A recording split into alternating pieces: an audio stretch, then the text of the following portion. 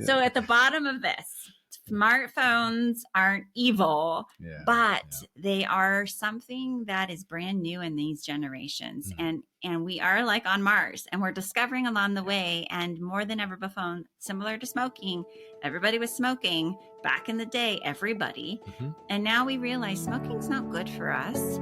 And even people who smoke know it's not good for them. Sure. So they actually, it's intelligently known, but they do it because it's highly addictive and it's meeting a need. Welcome to the Living Wholehearted podcast, helping leaders live with integrity. Hi. Hello there. So we're going to talk about digital devices, social media. We're going to talk both as a clinician and an executive coaches, but we're also going to talk as parents and just some of the things that Jeff and I have done over the years that were actually ahead of our time. I kind of sometimes when I read the data today, I look at Jeff and I'm like, I knew it. Yeah. I mean, in saying that, we're not really patting ourselves too much on the back, but it does feel good now and then to kind of go, wow, the instincts that we felt, the concerns that we felt, the things that we were attuning to, we got that one right. Well, part of it is being able to cheat and knowing play therapy, child development, trauma-informed work, and just seeing the impact in our offices. So unfortunately and fortunately, we've had a first seat to the front row seat, to the digital age. So let's talk a little bit first about what do we know to be true, not just you and I, but what research has been showing in the last several years about how digital devices are impacting us, particularly our kids and teenagers. Yeah. I know that we began to feel a pull ourselves with the advent of the smartphone, right? And so, I mean, that was a pull that we began to feel to being drawn to this device, and we had some concerns. And so it was like, wow, you can do everything on here. Now, I was in college my freshman year when the internet was born, right? So it's like, we're a little old. Wow. But even just computers at that point, I had a laptop for the first time going into college, and this was like a big deal. And I was like, man, I can do a lot of my life right here on this thing. And then I was feeling that pull even then towards doing a lot of my life on that thing. And it was like, I love real people and real relationships and doing things outside of this. And so it was just discerning what was going on. And then I was seeing other people in my dorm on my floor and college isolating and doing a lot of their lives on their computers as well. So it was just like, this is dating ourselves, but this was like the feeling that I had and began to see, wow, we need to pay attention here. Yeah, there was kind of a turning point at that point. That would have been the late 90s. 1995. Early 2000s, there's a shift happening. And then about 2006, all of a sudden, those computers became a part of our hands. Yep, in our hands. And we noticed, I remember the first time is probably between 2006, 2010. I'm now seeing clients. And I remember this little teenager was like actually texting as she was talking to me. She didn't have a phone in her hand. And I'm going, oh, wow, the neural pathways of her body. She has muscle memory of all the texting that it she was was a gesture doing. that she was doing. Oh, so she's talking to me as if she's texting. And I'm like, this is fascinating to watch. But I started to see some shifts in the way that clients were showing up, particularly children, and going, we need to pay attention to this a little bit.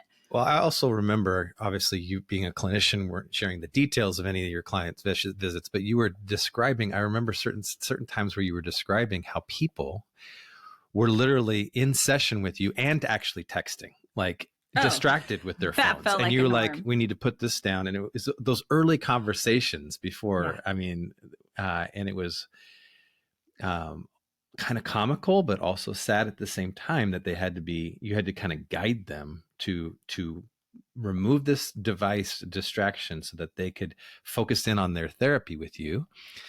And actually, which they were paying for. Yeah, that's kind of ironic to think about that, right? Yeah. Now, here's the thing. I'm watching TV in 2024. I do that. And every single moment the phone rings on these shows, people stop in the middle of what they're doing and they answer their phone. And I'm thinking, look at the paradigm and the cultural teaching that your phone takes priority. Oh, it must be important because it's ringing or it's buzzing. And I'm thinking, wow, this is just the norm that our kids have grown up with and the modeling. Now, we all probably do that in real life, right? But even thinking about the things we watch and we consume, they are somewhat of our greatest teachers and what our kids are absorbing. So I just noticed that the other day and I thought every single time that darn phone rings on the show, and I had to point it out. My daughters hate it, but I'm always like, what are you noticing there? And they're like, it feels like high school, Mom. That's exactly what everybody does. Yeah. The moment that phone is any sort of dinging or ringing or even just an automatic checking to see, is someone else outside of this real relationship right now engaging with me? And it's rude and distracting, and it's causing all kinds of problems. And it was designed on purpose to do that, to gain your attention, to suck you in on that space. Now I remember when this documentary came out. What year was it again? The social 2020, the social dilemma. And we were fascinated when we saw that this was coming out, and we engaged. It was a sort of 2-part thing, if I remember right. But it was some of the first validation from a media perspective of what we had been understanding, you had understanding in our clinical team from that research, but also our real experiences. Here you had the executives and the inventors, the engineers behind the social media platforms, and they were revealing that they wouldn't allow their own children to engage in the platforms that they created. Shocker. Wait. Right. The people who created this? Yeah. Would not let their own children use it. If you haven't heard that or seen that, that documentary, it would be a shocker like it was. It was like, wow, this is straight up legit. And they had used psychologists and others who understand our biology, our neural pathways, our addictive, the chemicals in our brains that create connection and addiction. And they built these platforms to make money, to create users that would be addicted to those things. So we have got to square up with this. We were talking about our concerns about this even before the social dilemma was released, but it validated it. And even then, as we were like, just watch this, people would say, it's not that big a deal. Like, really? Like, and we still get this in some respects today, although there's an amazing amount of research that's happened since then. Yeah, which I want to point out, because in 2024, we're now as a culture starting to really recognize. And I remember when this all came out, I was saying to my clients and in my teaching when I would be asked to come speak, and I even write about it a little bit in my book, Courageous, that the invention of social media is really where things started to take another turn. And the turn was the phones all of a sudden created where you can create a selfie. So now children are growing up with a paradigm that this is all about me and that everything needs to be captured on a picture and then posted for public consumption, which changed our entire way of understanding identity and our child development. And parents, again, kids are funny and we want to show off. I mean, anybody been around a grandparent lately, and how often do they want to just talk about their grandkids and show you all the pictures of their grandbabies? I'm glad that hasn't changed. Yeah. Okay. And so it's normal to want to show off and go, look at this amazing child. And yet to do it in the doses, it became like crack and that it was a highly addictive and began to be our norm where we can't actually be present. So going back to my number one issue that I think about is, can we be present? And you and I always talk about healthy relationships as I have a voice, you have a voice, and are we present? So the phone now runs interference and social media runs interference on being present, but it also changes the dynamics of I have a voice and you have a voice, because now the phone has a voice. I mean, I don't know how many times I have like an hour-long conversation with myself on Marco Polo as I'm sending off a message to a girlfriend going, just telling them all about my life. And I'm like, this is kind of a funny thing where there's no feedback. There's no emotional attunement. It feels still cathartic to be able to get it off and knowing it's going to land in her inbox. But this idea that we have one-way conversations and we can say and do whatever we want without the immediate response of That's good to somebody notice. else's feedback. Yeah. So already we're talking about the noticing, the noticing that's required to kind of stay healthy in anything. And to notice even early on at the advent of the internet and the use of the laptop computer, and then the having a computer in your hand, it being be part of your hand, essentially. How often are these devices? Just take a second to look any time of your day out in public. How many people have this in their hand, right? So it's the noticing of what this is doing and critically thinking about this. Like how is my behavior impacting, my life and other people's lives, and how am I showing up and how are they showing up, and noticing.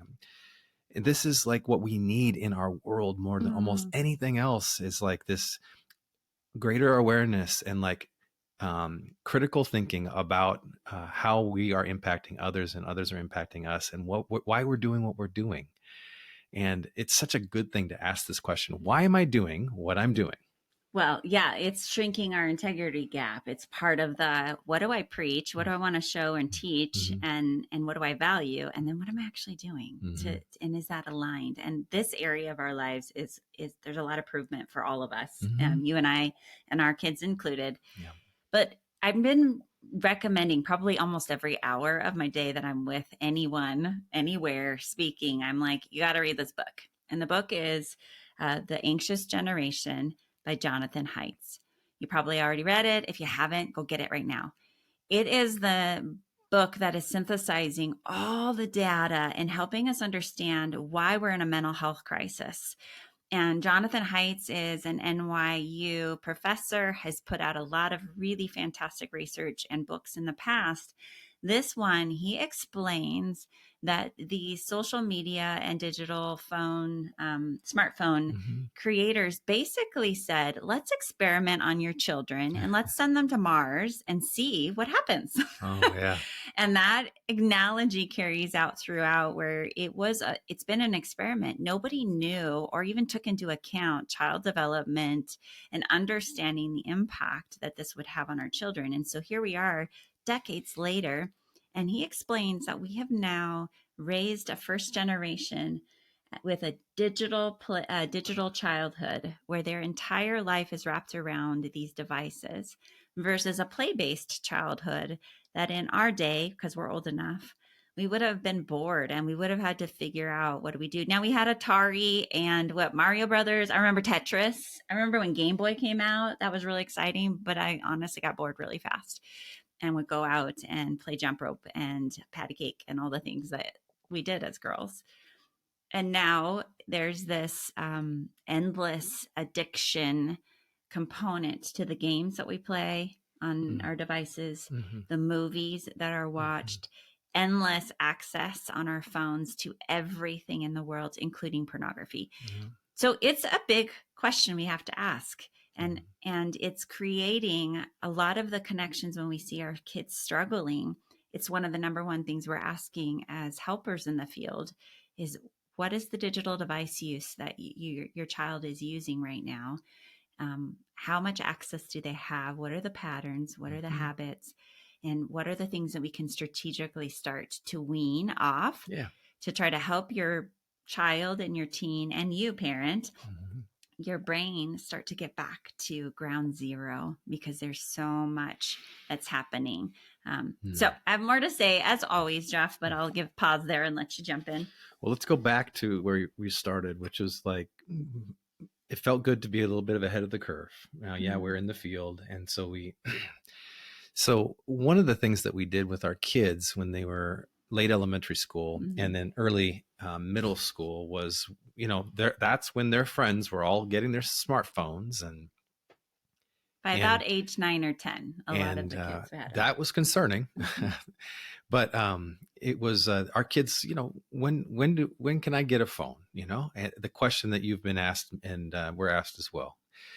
And we thought to ourselves, you know what? And here we were we want this device to be what it was for, a device like to call. In these early ages, we're thinking about age appropriate. What kind of things do we want to do to help our kids just to use this to be able to reach us in emergencies, for us to be able to reach them, for them to have a little bit of fun with this, but just a little bit, right? Not a lot. Make it a utility. So when all of our kids and their peers were getting, when all our kids' peers were getting smartphones, and already just immediately being launched into these social media platforms and experiencing all of the benefits, supposedly benefits of this technology, we gave our kids flip phones. They were ahead of their time, because apparently that's cool now. Okay, right? No, it's coming back. Exactly. And for good reason, because the kids are starting to realize that they were sold a bunch of garbage as it relates to all this, and they just want their lives back, which is encouraging, right? But our girls were like, okay, and they didn't know any different really, other than that their friends had smartphones. So we were like, hey, here's how you text. And they're like, A, B, B, B, B, B. It took a long time.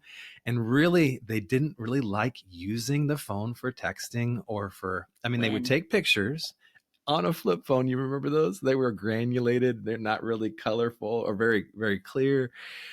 But they would use it to call. And there was like 4 or 5 people that they could call: dad, mom, grandma, grandpa, neighbor, in emergency scenario, or a friend. So we sound like mean parents. Bottom line is that they used that phone only really for what it was for. And they didn't really care, actually. And what we did was like, we got to, if we're going to do this, we got to make sure that we continue to help our kids get their needs met relationally in other ways, the ways that are really going to be satisfying, so that they don't try to get their relational needs met through this little device, or through the pull of wanting to borrow a friend's smartphone, and do things that would be unhealthy for them, or that would be difficult, or that would create open issues. And in saying all this, we're not like against technology. Not at all. Just yesterday, I went to the Verizon store to upgrade my daughter's smartphone because her battery was like dying after 20 minutes. It's an old phone. And so the long story short of that is that I remember standing there with the Verizon person, and we were actually commiserating around the realities of how these devices were sucking life out of us. And he is an employee at Verizon selling this product. And he was sharing with me about how he feels about it, and the need to find the balance. And I was just like, hey, this is great that you're thinking this way. And even as you represent and work here. So that's what we did. So another thing that was intentional is checking in with our daughter of what was it like to be without your phone yesterday. That's so right. She's a freshman in high school, finishing up. She'll be a sophomore here soon. And the idea of having a phone is important. It's a good practice for life, because it is a device that we all need, but we're practicing regulation. Yeah. We're noticing what it's like when it's near us, when we're on it, when we don't have it. And she was really honest. She goes, it felt good. I felt like I was present at school. She was finals. She was able to just be there and not have that thing pulling at her. And that's what we're paying attention to. And we're noticing, and we're, as parents, kind of in the coaching phase of going, what's that like for you to be pulled on with their phone? What are some strategies to help with that, versus less shaming and being like an all or nothing? Because we all feel it. You have a phone, you feel the pull. It's just learning how to regulate it and how to take breaks. Well, you don't know. You asked her that when you got home, but I was the one that picked her up from school. And what was cool is that I had the new phone, and it was in its case, and I got a little case for her, and I picked her up, and she's like, yay. And I was like, I'm going to set it up for you. This is great. But on her own, she first shared with me, she's like, you know what, Dad? She's like, I just have kind of noticed something, that I didn't really miss my phone today. On her own, she did this? That's what was so cool is that she was reporting, and it prompted a conversation that I got to have with her. It's like, okay, so tell me about that. She's like, yeah, here I am in finals, and I felt like I showed up this morning. I didn't have my phone, but I prepared for my Spanish final, and I was able to give my best. My mindset was different. I had more energy, is what she said. And she said even some of her friends were like, wow, Nevi, this morning when you showed up, you're like, everybody ready for finals? Some of her friends were like, wow, Nevi, like, you're really excited about finals. What's going on here? And she's a positive kid. She was reporting that sort of a recouping of energy. She didn't have to worry about her phone. and was able to give her best effort for her final, which was so cool. Out of her own mouth, she's saying these things. Okay, I just want to say worry about our phone. Let's talk about the worries that kids have. Okay. Couple things. I got to geek out for a minute. Teenagers' brains are under construction. You want to learn about that? Go read Dr. Siegel's book, Brainstorm. It's a fantastic book that helps you understand what's happening in the brain. And we talk about this in our ministry, Courageous Girls, the nonprofit that helps moms walk with daughters. We do a lot of this in our counseling and parent coaching. But the bottom line is their brains are under construction. They're not fully developed, and they won't be fully developed till 24, 28. Teenagers feel things 3 times as more than us adults. Okay, 3 times more. So when they're sad, they're really sad. When they're excited, they're really excited. When they're anxious, they're really anxious. You throw a phone in there, and they're not ready really to regulate the kind of impact that a lot of the relational these phones. So just texting alone. I mean, a lot of parents are like, we don't see, there's no pornography. There's not a lot of access to the internet. And I go, that's great. But the more friends that are on there, back in our day, you could only text one person at a time. Relationally, each human being can only hold up to 64 good relationships. So when you think about texting, group texting right now is overwhelming. I mean, some of these group texts are like 17 kids. One person makes one comment and there's like a whole dialogue going on. I mean, most of it's emojis with this generation, but those emojis hold all kinds of weight, and it's a whole language that us older folks don't even understand. I mean, they'll come over and be like, Mom, they gave like 2 hearts, a green heart and a pink heart. Like, what does this mean? And I'm like, I don't know. It means their heart. This is like sucking the battery out of our kids. Bingo. Yeah. And it's intense. And us adults are kind of like, well, we're overwhelmed sometimes with our own dynamics, with our phones and with life, but it's a lot. So the question for you as parents is, is my child really ready? And am I ready as a parent to start helping coach and to have a dialogue and stay engaged and to help train and equip around this thing that we've normalized as like everybody has one?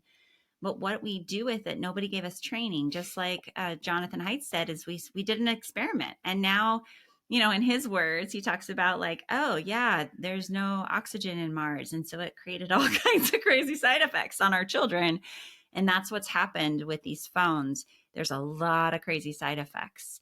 So we have to just pause for a minute and think a little more critically about, do I have the time? Do I have the energy? Mm-hmm. And it's not just the big bad dangers out there. It's just the relational amplification and the way how flippant kids are now with knowing like I can send or say anything without seeing how it impacts you. This generation has been desensitized. Yeah. And so it also creates another dynamic with bullying and all kinds of other. I can talk way too long on this. Just as you said that, I thought of something that's come to my mind here. Yeah. I wonder if there's any research that we can discover or if there's a reason why. Are you offing yourself? A correlation between the brevity that kids communicate with on these devices and their low batteries in terms of their interpersonal and their energy that they have, right? Because they're spread so thin that they're just doing abbreviations to everything and calling that communication because they don't got anything else to give that's deeper. I just, there's something that's there that's just hit me. It's like, my gosh, they don't have the ability, the capacity to go as deep as they normally would have without that. So they just give the shallow and they call it good and they call it bad, you know, and it's nothing. It really, it's nothing actually. That hard heart really isn't a bad thing. It's just a hard heart. Yeah, you're right. And okay, so fast forward these young adults. I mean, that's really where we're seeing it the most. The mental health crisis with the 24, the 25, the 27-year-olds who grew up as a digital-based childhood.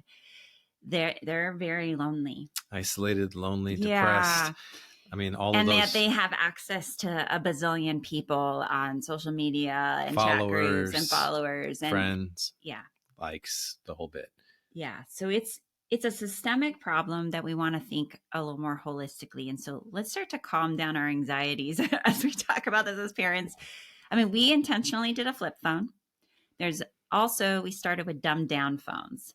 Okay, so that's a very practical step that I'm always working with parents on, of like, how can you make the phone, you mentioned it, less attractive? That was your idea, Jeff. You're like, let's make this like not an exciting device. So our teenagers, for a long while, their smartphone really didn't have any games, didn't have any social media. And to this day, and when I speak in a room of hundreds, and I say my teenagers don't use social media, there's like a gasp. You could do that? Like they're alive? Like they're okay? And they have wonderful friendships, and they're not on the outskirts of society. Yeah, they're not weird. I mean, maybe some people think they are, but in general, they are a part of a community. And here's the things we're constantly teaching them, is that you're going to feel different, especially if you're a follower of Jesus. That's the mandate. We're aliens in this world. And now we don't want to be weird. I remember I heard from a pastor, he's like, Jesus is already weird. Let's not make him weirder by some of the things us Christians do. And I loved that. Yeah. But this idea of not making the phone so attractive that it really is your entire entertainment in life is really key. I want to talk more about social media in a minute, but talk about some ways that we dumb down our phone outside of just taking off internet or social media. Yeah, there's just some behaviors that have been helpful to us and helpful to others. We have a docking station where everybody puts their phone in by 8:00. Nobody's doing calls or texts, and our kids particularly aren't. But it's a way. We have it in the laundry room, so that it's not in our bedrooms, and it's not in a space where it's like where that pole is going to attract us. It's out of sight, out of mind in many respects. Because of how it's so that we can be in sight and in mind with each other, right? This is what everybody's craving and everybody wants. When I talk to people, whether they're Christians or not, their parents, they're just like, I miss family dinners. Like, what was that like? We can't do that anymore. We can't have breakfast. We don't do anything. And I'm like, you're feeling the same things that we felt, which is that pull towards relationship, real relationships. Parents, they lead the way. I was talking to a good friend who shared in concert of our Bible study that they really struggle with Sabbath and getting to church, for example. Not that church is Sabbath, but that's a part of a regular rhythm that they once had. And they felt like they have missed the mark in leading their family because their teenage daughters, preteen and teen, basically said, well, it's your fault, that you didn't really make this a priority earlier, and that's why we don't really want to go. And that was hard to hear, but reality is our friend. And so what I was encouraging my friend in this case is like, you know what, he said, I created an invitation. He said, I'm going to start going, and I'd really love it if you would join me, but I'm not going to make this happen. I'm not going to pressure you or put any undue pressure or weird vibes on this. I just want to create the invitation, and I'm going to be trying to go more regularly. And it's going to be interesting to see. And of course, I'm supporting him in that. I just affirm the fact that, hey, as a parent, that you are leading now in this direction. Try to be as consistent. So consistency over time builds trust.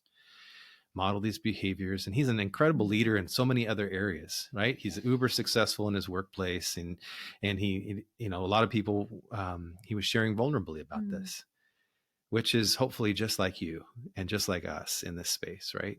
Getting underneath the hood. How do we live with greater integrity? How do we stay healthy as we can be, and model that to others, and also be vulnerable enough to say that we're still working on all this stuff. Yeah. To say that to our kids as well. Like when we're noticing we've been on our phone a lot, and no wonder, our kids actually, they long to have us pay attention to them. Even the prickly teenagers, they might show or act as if they don't care, but they care deeply. And I'll tell you, as a counselor who sat with many teenagers, they really long for mom and dad to lead the way. And there's this angst in them of wanting to be independent and on their own. And now they have years of some history So asking forgiveness and saying, yeah, I didn't do a good job in leading you in this area. And now you're really struggling. This is my fault. I'm going to own this, versus being like, why can't you get off your phone? Why are you on social media all the time? Recognizing that we're the ones that had to train and equip. Anybody been in a job where you weren't trained? And then you're like fumbling your way through and making mistakes along the way. And then you get, chastised for it. And you're like, you didn't even tell me. So nobody likes to walk in a booby trap without knowing where are the landmines. And so that's part of our job, is to help equip our kiddos, but first is us getting educated.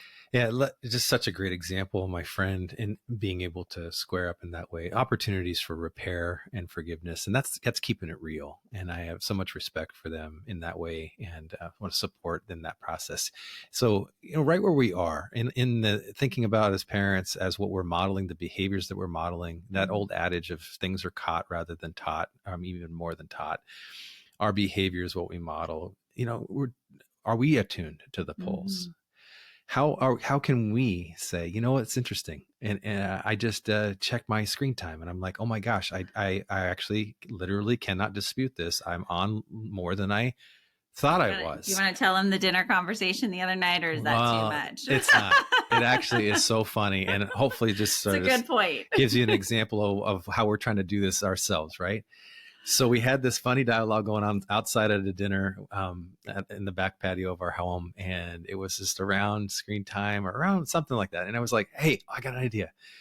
I was like, let Addie go get all the phones, or Terra, maybe you went and got it. Go get all the phones right now.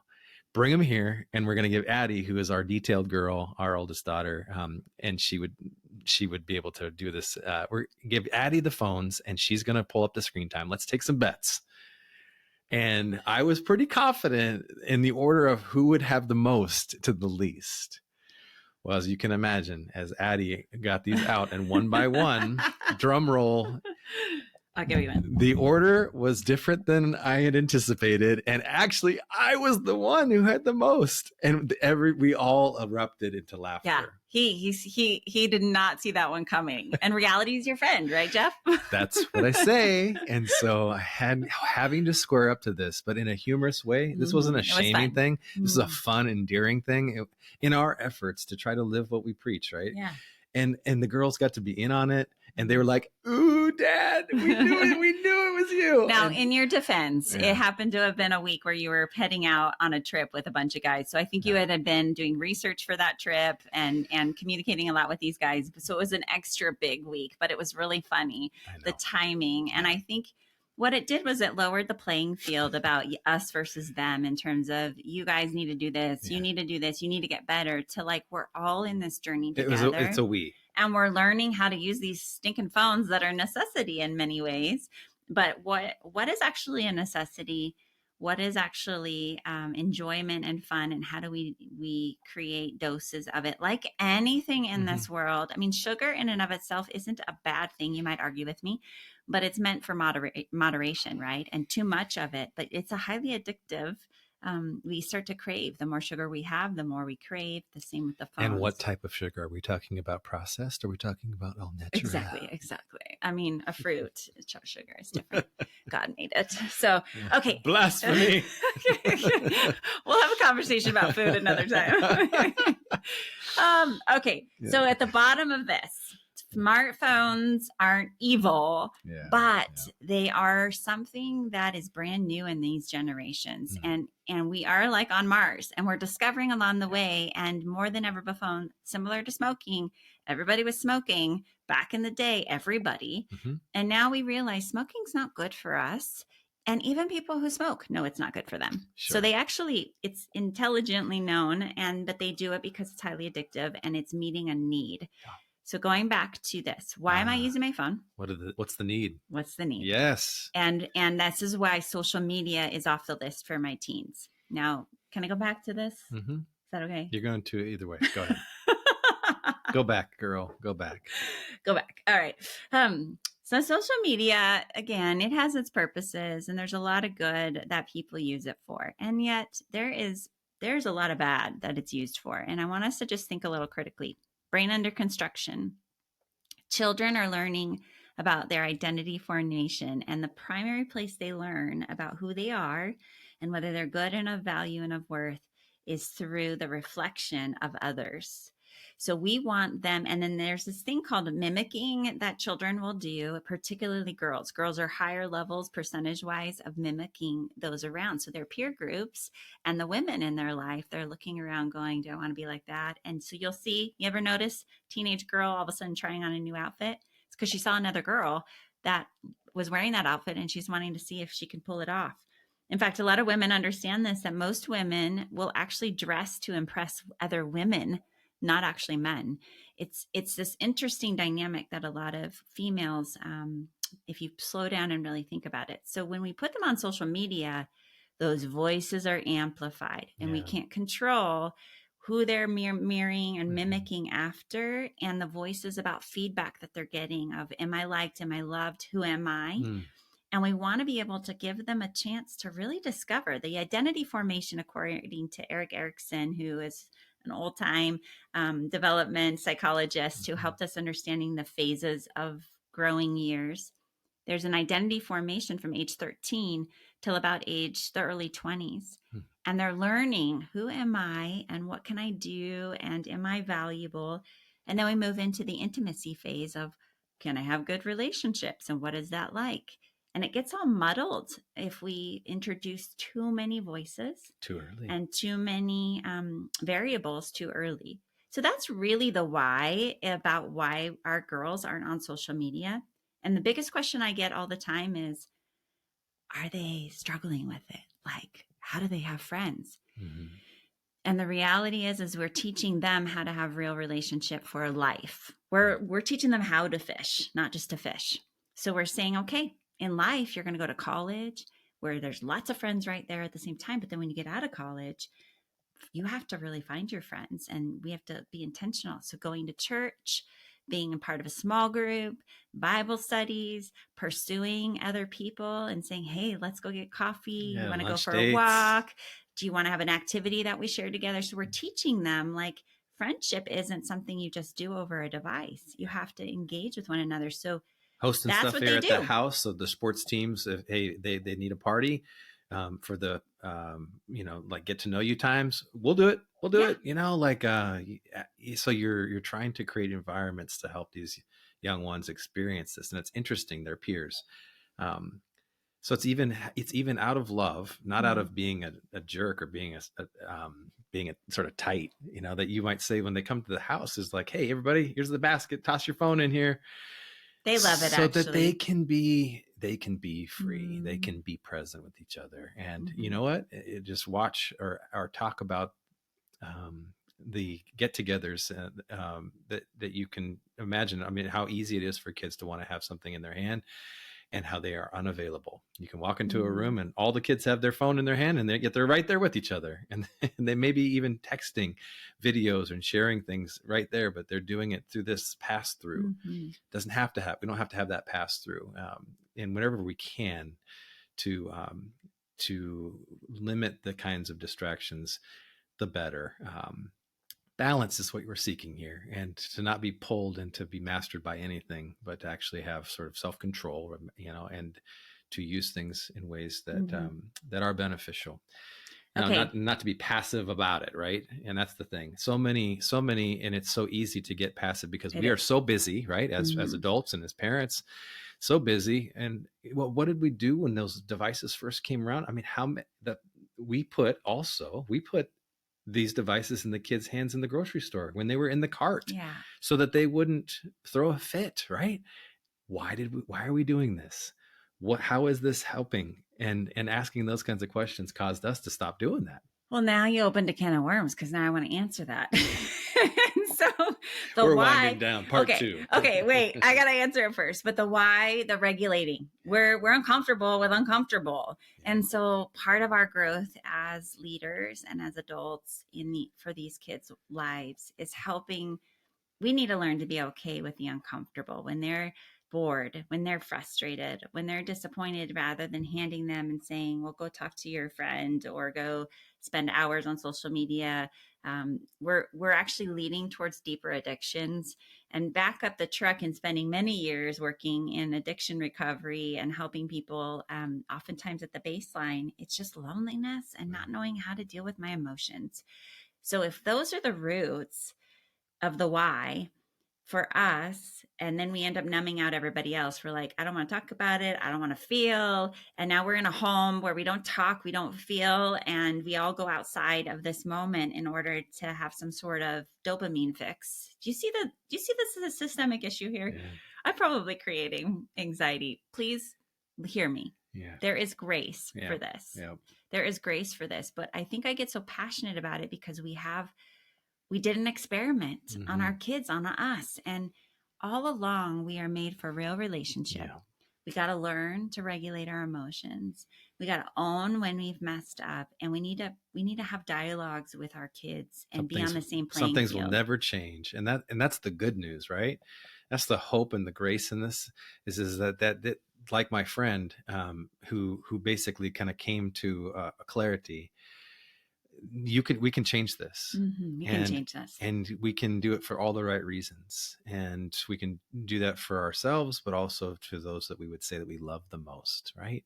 Yeah. And we can do it together. Right. And like our youngest daughter, who just on her own admission, one day didn't have her phone because I had it at the store, said that she felt different. She felt that. I'm so glad she felt that for herself. And that's how people feel. Like when kids go to camps and they can't have their phones because they're busy doing like being kids and doing like soccer or basketball or dance or whatever it might be, building robots or whatever it is. When they go to camps, they report like it's the best week of their lives. It's crazy. And a huge part of that is because they were with people, they were seen and they saw others and it mattered. They're desperate for that. Yeah. So wherever we can, that's in our homes, give the best to those you love the most, but let's be aware of the pull. Let's make it a we thing, not a you thing, and make it a we thing. Try to model the way in a healthy vulnerability and come to those spaces where you begin to enjoy the benefits, right? And just stay in reality in that space so that we don't get sucked into things that unconsciously that want us, that want our time and want our attention. They were all designed for that. And just knowing that helps, right? Not lean too much into those things to get our needs met in unhealthy ways. I love it. Good word, Jeff. I'm going to end with 5 practical things that we can do if we're feeling like, where do I start? You got 5. That's awesome. I got 5. Right, I probably have 20 because I'm a high innovator, but I'll only give you 5. Okay. 5. 1 is start by sitting down and just evaluating. And this is a hard question to ask, but just ask your kids, how am I doing with my digital device? Ooh. Be ready for honesty, but they'll tell you. And if you're getting great feedback, good job, mom and dad. If you're getting hard feedback, take it in and start to think about how can I just shift in modeling? Kids are watching and they're doing what we're doing, not always what we're saying. And consider it a gift that they're being honest with you. I mean, that's actually a good sign. True. That's true. Open communication. If they're afraid to tell you, then, remind them that there's no consequences. You want to really hear and learn from them. And then being able to sit down all together and come up with a game plan. So if you're heading into summer, it's a great idea to sit down and go, what are a list of things we can do when we are pulled towards our phone or a movie or some sort of a gaming digital device? What else can I do? So if you don't have a game plan, you're not going to do it. It's going to be old habits die hard. So have a game plan. And so especially in summer where there's less time, that's regulated or scheduled during the school year, I would say you really need a plan. But the same as when after school, the schedule, when there's empty margin, what are we going to do with that? And have a list. And so when there's a pool, those kids can go to that list and go, oh yeah, if they're younger, I've got Legos, I can color, I can go play outside with the soccer ball, right? But give them a list. If they're really little, pictures work well for littles. If they're older, teenagers, you're going to have to think a little creatively because most of them don't know how to think outside of a phone of some sort. So really go back and just pull out old school ideas about what they can do. I know we all want them to read, but not all teenagers like to read. So think a little bit more creatively with them. Yeah, and have them as much as possible create their list so that it's their list.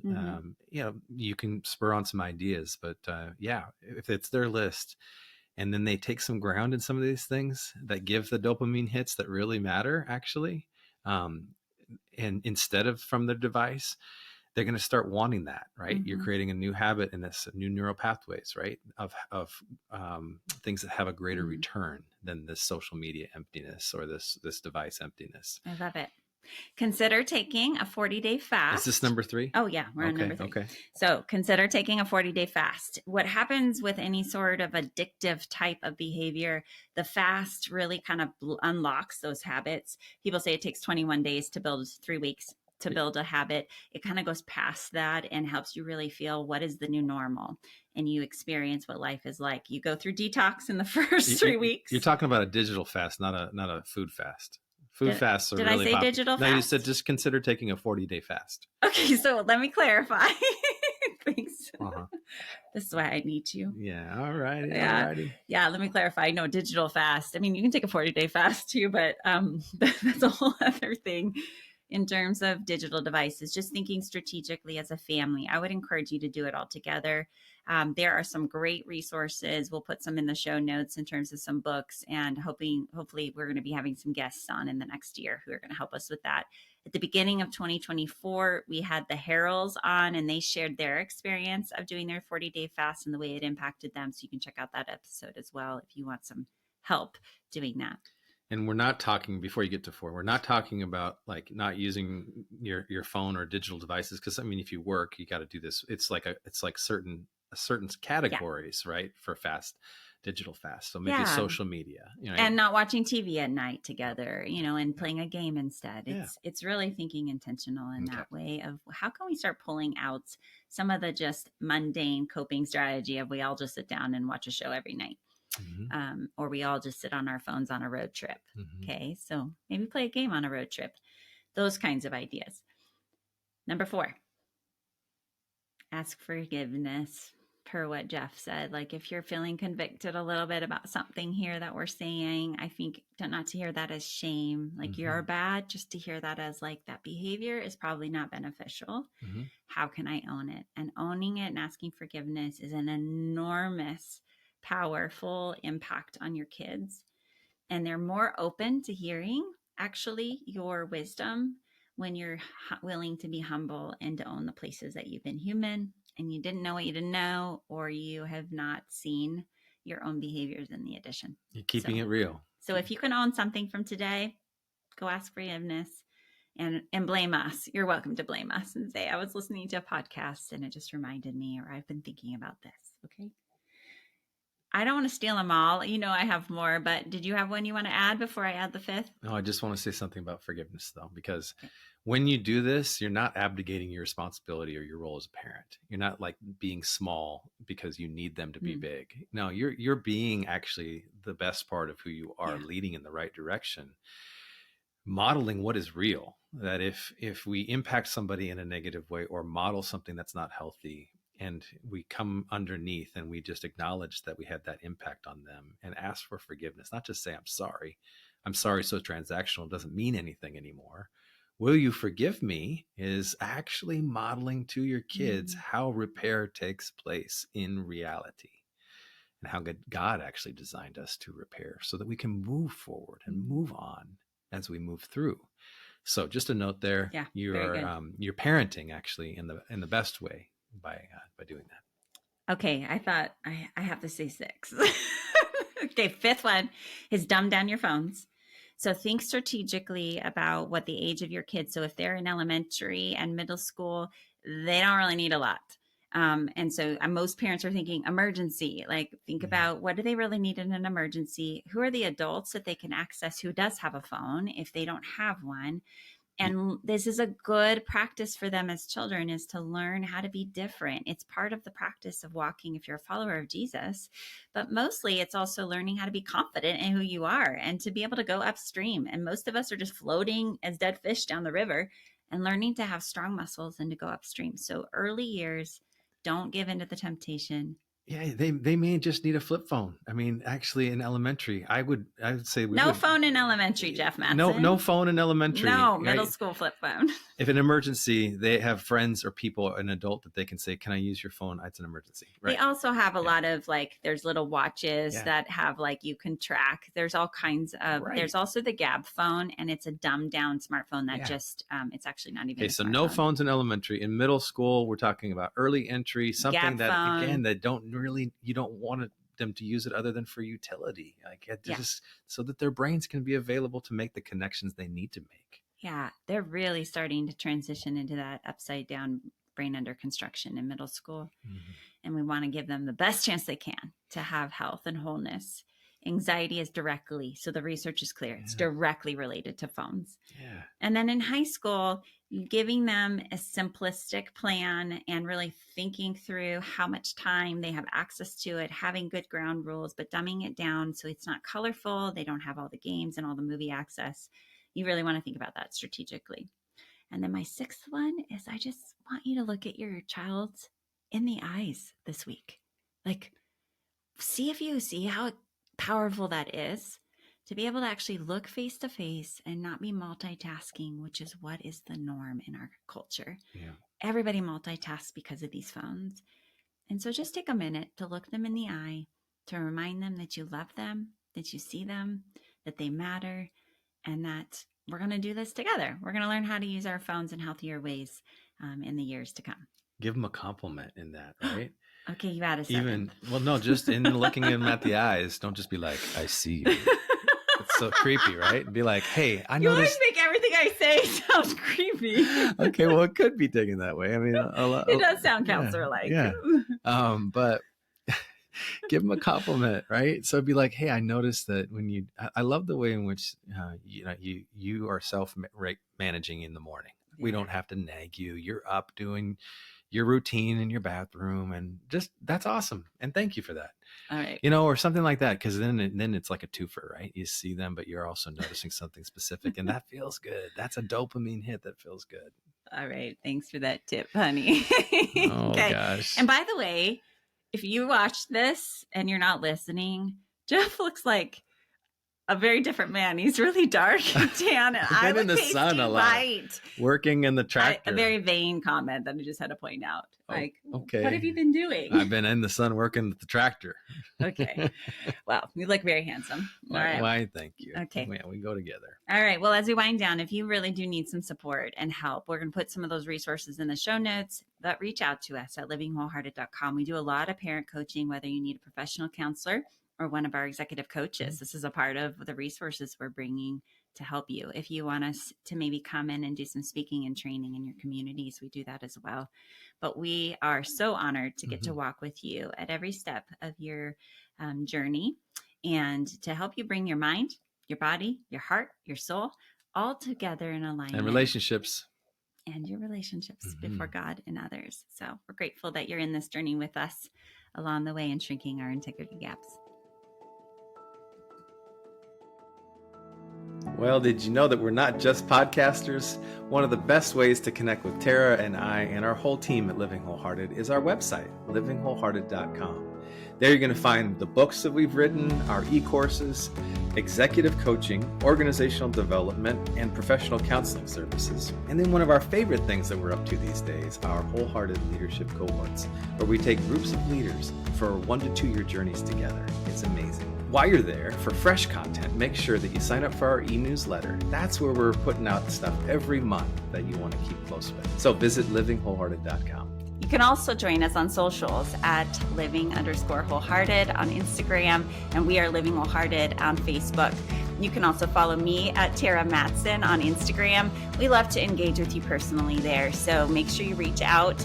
Leave us a review if you're enjoying this podcast. Hey, thank you for caring about being the kind of person and leader that lives with integrity.